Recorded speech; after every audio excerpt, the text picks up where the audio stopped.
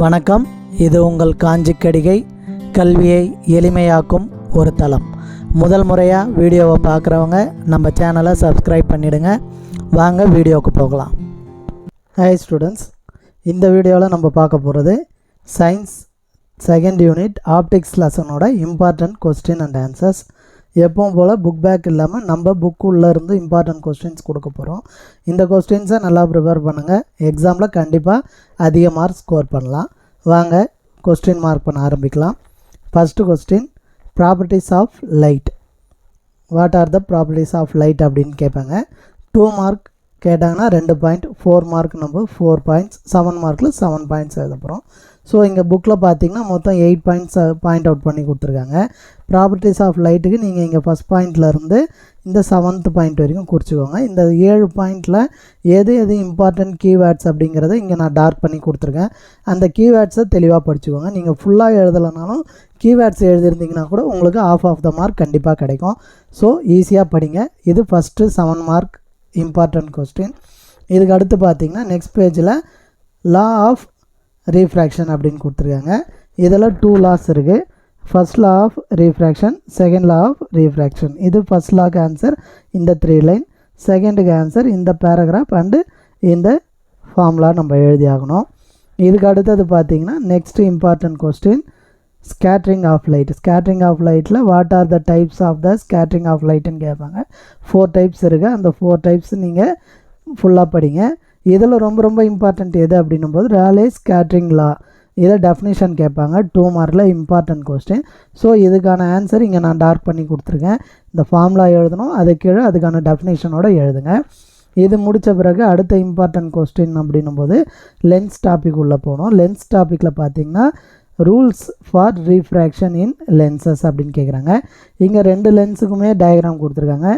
நீங்கள் convex lens எடுத்துக்கோங்க, concave வேண்டாம். ஏன்னா நம்மளுக்கு ஈஸியான டயக்ராம் அப்படின்னும் போது கான்வெக்ஸ் லென்ஸ் டயக்ராம் தான் ஈஸியாக இருக்கும். ஸோ ரூல் 1 அப்படின்றத எழுதுங்க. அதுக்கான ஆன்சர் இந்த பேராகிராஃப் ஃபுல்லாக எழுத போகிறோம், இந்த டயக்ராம் வரைஞ்சிட போகிறோம். அடுத்தது ரூல் 2, அதுக்கான ஆன்சர் இது வரைக்கும் எழுதிட்டு இந்த டயக்ராம். இந்த 3 டயக்ராமே எப்படி ஈஸியாக வரையலாம் அப்படிங்கிறத நம்ம வீடியோவில் சொல்லி கொடுத்துருக்கோம். பார்த்திங்கன்னா ரொம்ப ஈஸியாக புரியும். இது இம்பார்ட்டண்ட்டான 7 மார்க் கொஸ்டின். இந்த கொஸ்டினுக்கு அடுத்தது இம்பார்ட்டன்னும் போது டயக்ராம் கொஸ்டின். டயக்ராமில் இது வரைக்கும் இல்லைங்களா, object between F and 2F. இந்த கொஸ்டின் வந்து புக் பேக்லேயே இருக்குது, இம்பார்ட்டண்ட்டான டயக்ராம் கொஸ்டின். ஸோ இது எப்படி வரைகிறது அப்படின்றத பார்த்துக்கோங்க.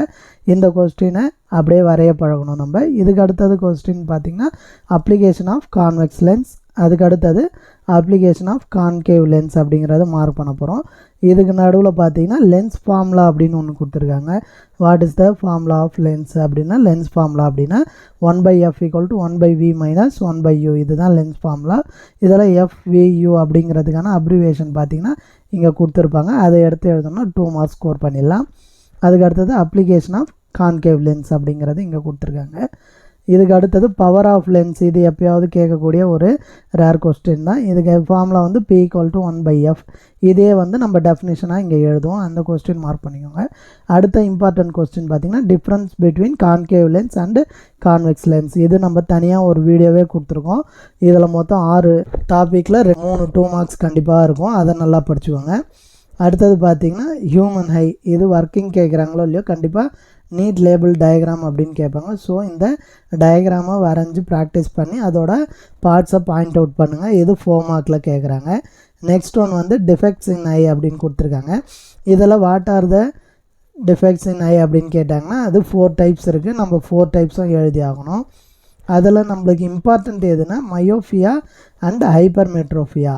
இதை எப்போவுமே எக்ஸ்ப்ளனேஷனாக கேட்குறத விட டிஃப்ரென்ஸாக தான் கேட்குறாங்க. இந்த டிஃப்ரென்ஸை 7 பாயிண்ட்டாக பாயிண்ட் அவுட் பண்ணி நம்ம வீடியோ கொடுத்துருக்கோம், அது பாருங்கள். அப்படி இல்லைனா இதிலேருந்து இது வரைக்கும் மார்க் பண்ணிக்கிட்டு இந்த பாயிண்ட்டையே 7ஆக பாயிண்ட் அவுட் பண்ணி நீங்கள் டேபிளேஷன் பண்ணி எழுதுங்க.